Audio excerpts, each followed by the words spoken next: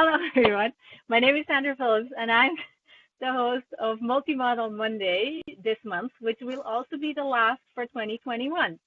I'm very excited that I have a group of 4 experts for one, so a bigger group, coming from micromobility to public transit to multimodal operator and the MaaS provider. So we have everybody at the table. And we're going to discuss a little bit the service piece in mobility as a service and how we actually provide best customer service and what maybe some of the challenges and learnings have been.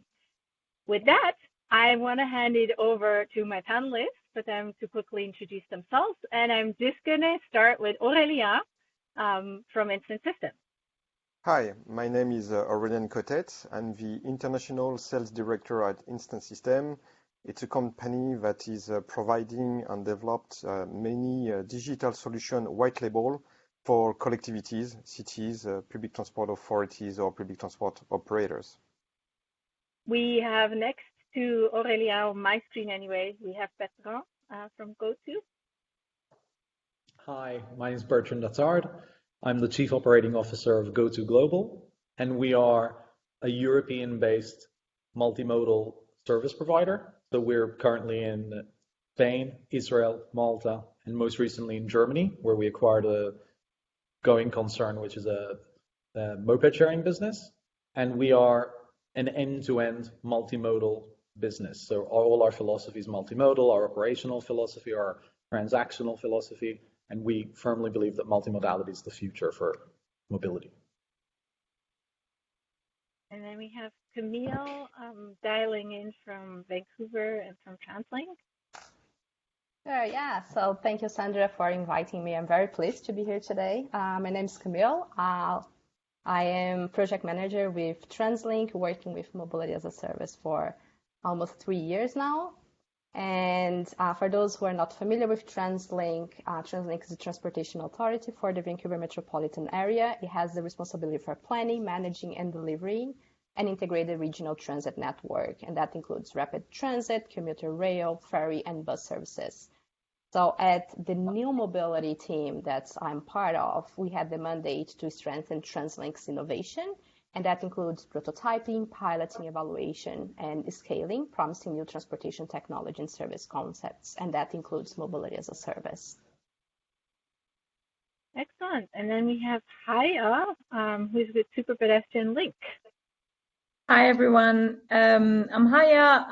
I work for Superpedestrian. Superpedestrian is a world leader in transportation robotics and human-scale mobility. We spun out of MIT in 2013, headquartered in Cambridge, and we hold more than 50 patents in artificial intelligence technologies and active safety features. In 2020, we launched our shared mobility division, and since then we started operating in the US and in Europe. Currently, we operate in 50 cities in 4 countries, in 6 countries in Europe and in the US and Canada. And my role, I'm basically VP Global Growth, Expansion, Strategy, and Policy. So I'm responsible for leading the growth of the company and the relationship with cities and with MaaS providers, and So then let's dive into kind of the meat of this discussion. And I was going to kick it off actually with Camile, who comes from the public transit side. Also, because I'm very familiar with the Shared Mobility Compass car pilot, which was focused on work-related travel, right? And I know that you're working on a much broader consumer-facing offering. But from that very small pilot, and maybe you give us a little bit of what the pilot was about, but from that very small pilot, what are the learnings that you've taken that you will take into, the second or the next phase, especially when it comes to, as I said, this customer service and customer experience side of things? Sure. So our objective with the Shared Mobility Compass Car pilot project was to launch a minimally viable product. So in a closed business setting, as you mentioned, so it was targeting local companies in Vancouver, in Metro Vancouver. So we want to understand how, if such a product would appeal to the customers and would influence their mode choices.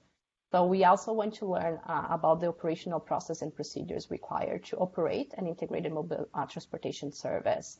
So we ran the pilot for 10 months and it started in September 2019. I think it's kind of impossible to mention any initiative of the past 2 years without mentioning COVID. So we had a big impact on the pilot project. We had a drop in ridership that was very considerate, but we also were able to have some ridership and to really collect some meaningful feedback. And based on that, we kind of draw some key lessons learned that we are now applying for phase 2, which will be the consumer facing that we hopefully will be launching soon. So the lessons learned that I would like to highlight was basically 3 of them. So the first is the importance of the trust and collaboration between the local mobility service providers. So I truly believe that this first pilot was very important to lay the foundation for any potential consumer-facing rollout. We also, in the pilot, used our Compass card. For those who are not familiar, the Compass is the reloadable fare card that works in transit anywhere in Metro Vancouver. So we also use that same card as an access token for other vehicles, including cars and bikes. And even though that was very well received, there is still strong feedback that we should include the digital user experience as well in the next phase, because we didn't have anything like that in the first one. And finally, we not only need a front end that's more digital, but a back end that was more automated. So it worked pretty well for a business setup, which was quite small. But as we migrate to a consumer-facing deployment, we feel the need of having some specialized mobility service behind, so we can solve some of our operational challenges, such as with the registration, customer services, and so on. And you're kind of giving me a perfect springboard to go over to Bertrand, because you mentioned the trust and the collaboration and the back end. I think both of those essentially are solved in GoTo, right? Because you are the one provider that has it all. Or I think when you announced the deal with Emmy, I heard Jill Lazar say again that, we're going to be the Netflix of transportation, and you need that. You essentially build your own little ecosystem, right? We go to, and once you're in it, sure, you don't have access to public transit, but you have access to every other mode. So what does it mean for GoTo to build this great customer experience? And I think in your case also loyalty to this little tiny, I should probably not say tiny, but this little ecosystem, right, that you can be in as a user. What does that mean? I think we like to sort of term it as being mobility confidence. We really think that, what commuters and riders really want is the confidence that they're going to find an asset that's going to help them fulfill their trip. So we are after fulfilling those trips, and we understand that, users, although they could be habitual users of a given mode, technically they could also be very mode agnostic. So they could look to use a number of different modes. Sometimes is the alternative available to me? Is it being proposed to me? So what we at GoTo are trying to do is we're saying, look, your mission is sort of to get from A to B, and GoTo will really get you there. And we offer a range of modes, starting from cars, mopeds, all the way down to micromobility assets that let our users do that all through one very simple piece of technology, and also simplifying the transactionality. Today, what a lot of users do in cities where those options aren't available is they sort of bounce from one app to another, depending on the mode choice that they're going to make. What we at GoTo believe is, we can simplify that user journey by having the user sitting within our ecosystem and then proposing different modes.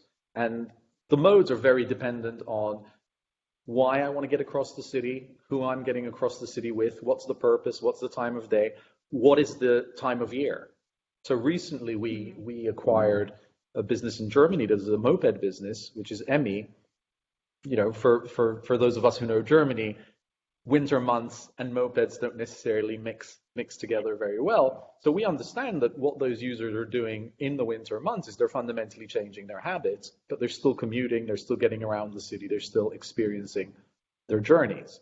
So what we're saying is, look, ownership is a thing of the past, but for us to give confidence to users in the world of today, we need to provide a multi-asset solution that really allows different users to access the mode that they need on that day, depending on where they're going and how they'd like to get there. So that's how we see it. But it's really centered around that mobility confidence, and the same confidence that the key in your pocket has always given you. Car key in your pocket gives you this sense that you can go downstairs and go anywhere. Now, the truth is that comes with a lot of caveats. What we're saying is, if you have GoTo in your pocket, i.e. on your phone, you fundamentally have the same level of confidence. Which does mean, and this is like where I'm going to jump over to Haya, because I think one of the, I don't know if it's it kind of is a challenge. So one of the differences between, let's say, what public transit offers, or is you have this like very fixed, reliable, and know exactly when my bus, well, technically I know exactly when my bus comes. Let's hope it comes then, but I technically know I can plan very well. And then you have this on-demand world, which now brings in like, maybe it's there, maybe it's not there.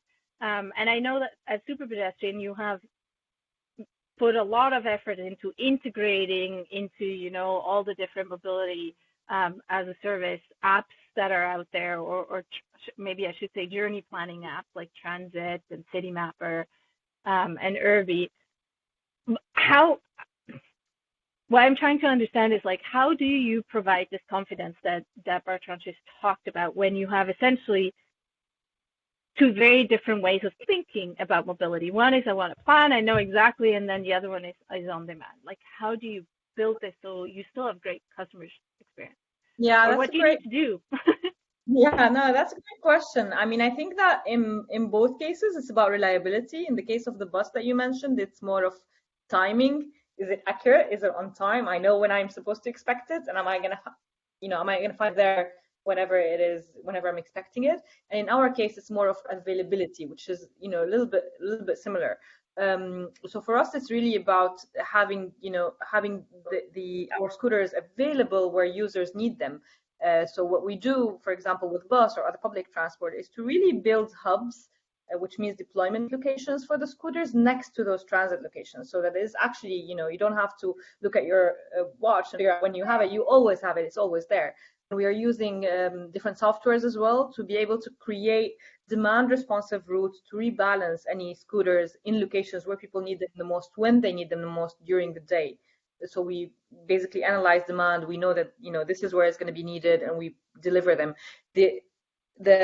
By tracking like the schedule of public transport, by tracking those transit locations, our team is actually able to build basically a plan to rebalance scooters and make sure that the availability of our scooters is very high, that whenever a user needs one, there is a constant, consistent service. And I think that's very important, because to Bernard's point, right, the car, you have your keys, you go downstairs and your car is there. And in the case of a shared scooter or a bus, it's really important to be able to provide as convenient of a service, and to allow our riders to trust us and to know that like whenever we want to be on a Link scooter, it's going to be there for us. And when we are integrating with or connecting with other modes of transport, they need to trust that multimodality transit access. They need to trust that the bus is there, and then the Link is there, and then I make it. And that is, really the basis for a true model shift in our communities, because what we are, basically what we target is that it's not going to be one mode of transport. It's not going to be just scooters or just cars or just mopeds, shared scooters, shared cars, shared mopeds. It will be a combination of all, and everyone will pick based on their journey the option that works for them the most in that specific moment. And they don't need to, they can just move away from ownership of a car that is parked there 90% of the time and used by one person when it actually fits 4 or 5 or 6. So this is where, this is why I think that basically the data here plays a huge role. having, some tools in place, and the planning, is very important. And also like the collaboration with cities. So you mentioned like we've done a few transit integrations, and those are always a great opportunity to both like learn, and it's an opportunity and a challenge in the same time, both for us as a business and as a partner for cities. We're very committed to transportation access, but there are a lot of challenges sometimes because you're working across different jurisdictions, different agencies, and you need to make sure that you're providing a continuous, journey. It's seamless, it's continuous, and that's why we've learned that it's really important to have that liaison and be able to kind of when you expand to areas that are under another jurisdiction, that you have that continuation of journey. Specifically in LA, that was one thing that we kind of ran into.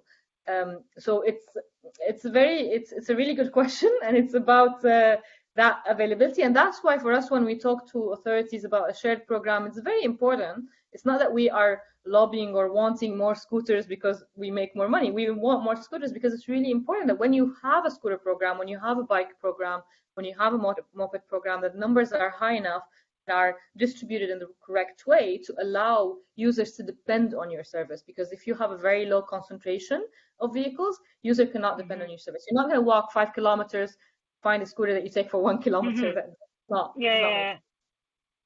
So what I'm basically, I'm hearing a lot of things, but what I'm basically hearing from both you and Bertrand is that you're actually we have to start anticipating the user journeys and the use cases that people want to take, to make sure that the vehicles are in the right place. And then, yes, the other piece to this reliability is you have to have enough density of the type of vehicles that you want, and then you have to co-locate them, right? That's the other piece. So it's not just digital integration; it's also the physical integration of the assets or the vehicles. Sometimes I talk assets, and it sounds like bikes and cars and buses, they all have to kind of be co-located in the physical world as well. If I take that kind of physical versus digital world, because Aurelien, you guys are working in the digital world and making this anticipation and what people want to do, that's ultimately what Instant System is providing, right? Now, the really interesting thing I find with Instant System is that I always hear people tell us, MaaS works in large cities like Vancouver or New York or like Berlin, but it doesn't work in small communities, in smaller rural cities. And you have experience across the board, and I find that very fascinating, because how do you, if we're going back to, you have to provide the confidence in the customer that the vehicle is there. How do you do that in a more spread out market where you obviously can't have the same density of vehicles that you can have in Berlin, and you also don't have the same amount of customers? So how do you do that? So I think first it's important to understand that many people do have their own definition of MaaS. So MaaS could be different in Vancouver than in New York or in a very small city in France. I think the best definition is aggregating the mobility service at disposal, private and public, within one channel where people can manage a trip. So try to plan from A to B, having some options, and then being able to choose the option that is the best for them, and being able to book and pay. What is very important in the medium cities is the car is there. So if you think about MaaS, you have to include the private vehicle. If you don't do that, you're going to miss many people, because most of the people in medium cities who are living in the center, they know how to move around with the public transport or the shared mobility at disposal without the need of MaaS. The real people who really need to find a solution is the people who are living in the distant suburbs and want to go in the center of a city for a meeting as commuters or to whatever. So that's why at Instant System, the first thing we've developed in 2013 was an intermodal trip planner, including the private car with the parking, to link these people with the public transport. So that was the first thing that Instant System did. So that's the first basic thing you need to have for MaaS, is the right also components. So it's important to have the traveler information that is from a good quality, real time. As we mentioned, knowing when the bus is coming is very important. People are so used now to see the car from Uber or Lyft getting near you or you know more or less where it is. We should have the same for buses. So the data from the public transport is very important. Then being able to see what are the options, multi or intermodal, including our private vehicle if we are living in the distant suburbs.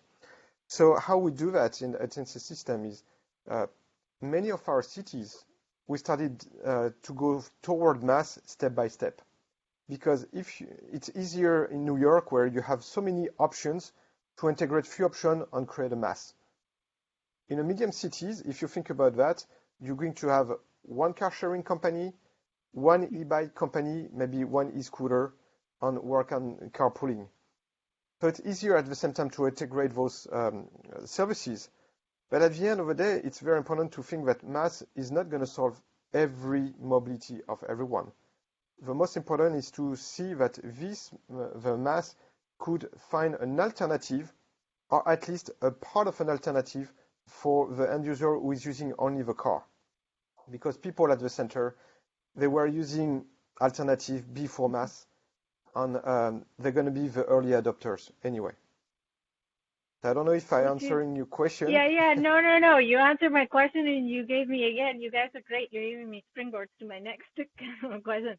But this is, like, what you're describing is essentially, we want to capture people that are not yet essentially in our ecosystem, whether public transit or shared mobility, and nudge them into maybe more sustainable transportation choices. And this is one of the objectives of this Multimodal Monday series, is to understand how we can actually change behavior by offering these more diverse services or more diverse transportation options. And so let's just assume. Yeah, I give you another example. We are doing bike, park, and ride. That means you could be 15 minutes by foot from the bus station, but you don't want to walk 15 minutes, and you are only 5 minutes by bike. So so people don't realize that sometimes they are closer to a mobility hub, and that's why it's very important to have an intermodal trip planner, including the private vehicle that could be the car, the bike, or why not the e-scooter. Yeah. So I think that's one way. Is there any and this is really open to any of you, what other apart from, having reliability that provides confidence and a lot of options, what else do we have in our toolbox to nudge exactly? And I'm with you, Aurelien. It's great if we keep giving more options to the people that are already using our options, but how do we get the people that are outside this? So what else do we have or do you have in your toolboxes, in your lessons learned, of how you move people that were outside the ecosystem into more sustainable transportation modes? So for me, the PTO is a perfect example. So TransLink, what they are doing, and I'm pretty sure Camille will speak more about that, communication.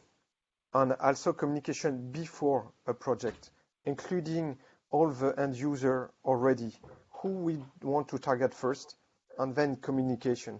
If you don't communicate, people won't know about your solution and they won't use it. Yeah, building on that, TransLink just is kind of finalizing what we call a T2050, which is a very extensive consultation process. And just to add on the reliability, we actually identified 5 important goals that any transportation in the future has to meet. Would be that transportation has to be convenient, reliable, affordable, safe and comfortable, and carbon free. And that's kind of the 5 big goals that now we are trying to accomplish in the future by 2050. And among that, of course, we have mobility as a service as one of the actions. And I think a good point that others also touch is that it's really hard to shift people away from private-owned cars.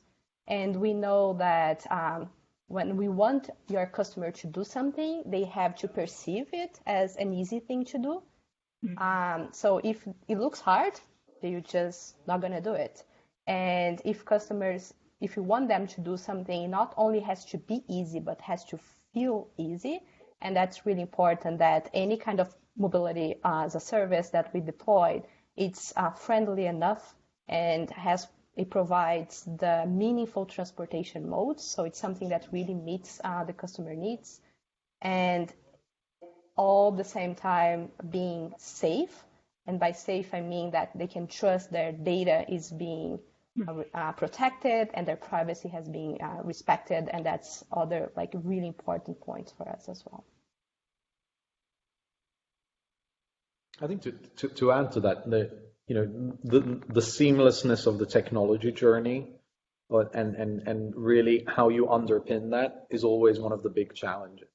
I think that when you look at operators across Europe, the big challenge is what is the type of customer service? What is the type of ease of use? How much information am I giving to users? I think for users, when they start using the service, they need to be given that confidence, exactly like Camile is saying, that it's simple, that I'm going to be able to unlock the car, that I'm going to be able to end the trip, lock the car, park it properly. I'm not going to have issues post-fact. So I think investing in the layer of customer information really helps customers gain that confidence and garner that confidence. And then underpinning that, at least in our experience, with instant support and instant help. I think the truth is, if I'm intimidated because I'm driving an asset that costs a lot of money in my mind. So I'm driving a car and I want to end the trip and I can't end the trip, or there has to be somebody on the other side that I can access and who can support me. And I think that balance is always very, very difficult, because obviously that comes at a certain cost to operators. But I think giving people that level of confidence that if you have a problem, there is a solution and that solution is there. And definitely trying to build in as many self-service support elements, as much informational support, but making sure that at the end of that, if those haven't quite sort of managed to solve the problem, that person has the confidence that problem is going to be solved. And we see that as being hugely, hugely important. So I don't think it's simply a case of, taking as many combined different assets, putting them on the road, making sure you've got the density right, making sure they're all in the right place. But it's what underpins that is going back to my point about confidence. The confidence comes in a lot of different layers, the quality of the vehicle, the fact that if I have an issue, somebody's at hand, somebody's going to support me, and somebody's going to help me to end that journey comfortably. So definitely really, really important. I started in hospitality, my career. So my hospitality heart is just beating very fast right now, because that's exactly what it is. It's instead of providing hotel rooms and they're stationary, they don't move around, but you have service, right? You have a reception and you ask somebody to go to if there's an issue. Now we just have vehicles, which makes it a little bit more complex. But so maybe I'll give you the last word on this. Like, how do we nudge people that are not in our ecosystem yet, and struggle maybe also with this thought that they have to get rid of their car that is downstairs and it's always there? How do we nudge those people into multimodal journeys using my answer is a little bit similar to what I said earlier. It's really all about reliability.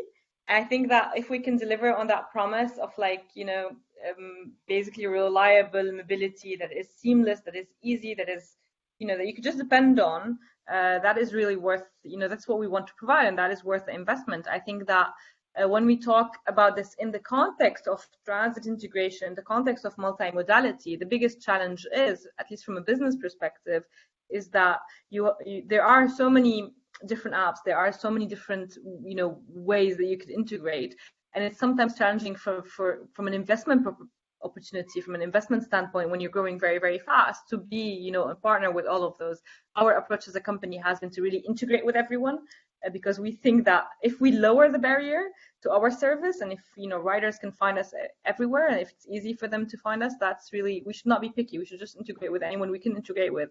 And we think that we don't go for exclusivity. We want to be on every app, and we find that great. And I think that for us is like our open approach to integration, and that helps. Like if it's easy, and I like what you said earlier, digitally and physically. If it's digitally easy to find the link, and if it's physically easy to find the link, then you're more convinced to try a link.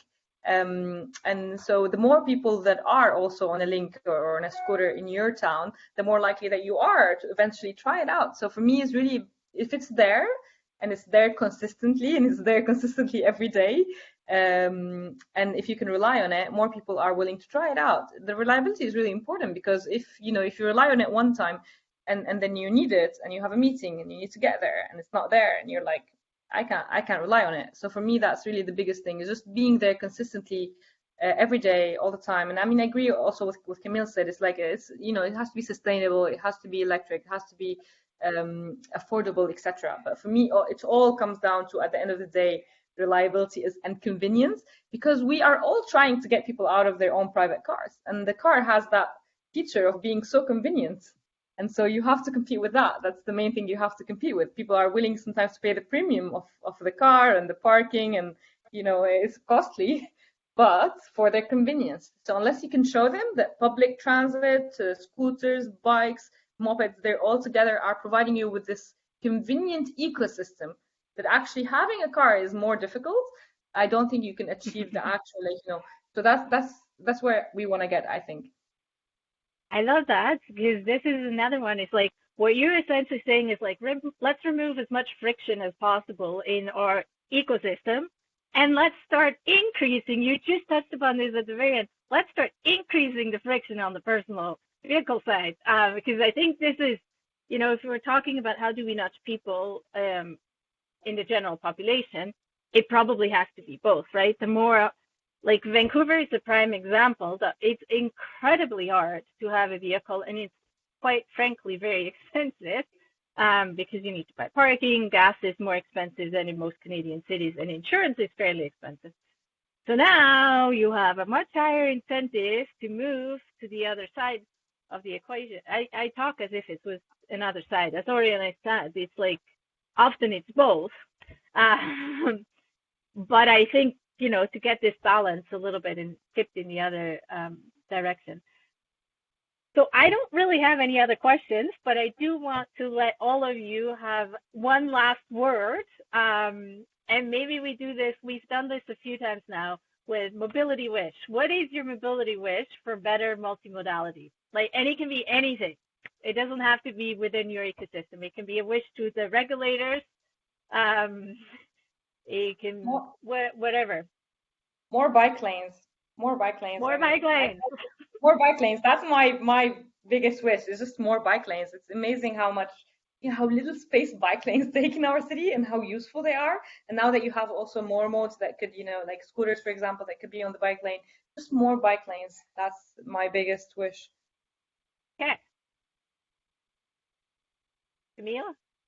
I would say more like a simplest way for people to transfer in the physical world as well. So we talk a lot about the digital, but at least in this region, creating mobility hubs is still like something very challenging. So I think if I have a wish, that would be the one, because I think it's not only has to be easy in the digital, right? It's not only planning, but really executing the trip. It has to be seamless as well.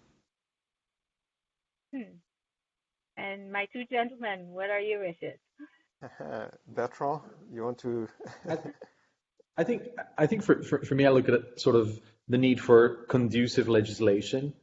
I think it's coming, but I think conducive legislation will make shared mobility less of a clutter and less of a burden on cities, and more of a enabler, for cities to free themselves of clutter, as opposed to, because unfortunately, what a lot of shared mobility operators have needed to do is they've added clutter to cities. But the truth is that once we meet the tipping point, and legislation will hopefully help us do that, then that will really change, and we won't be providing the clutter, we will be resolving the clutter. And so I think that's a big wish from my end. So for me, MaaS started by a B2C business, and I'm a big fan of B2C in terms of business to citizen.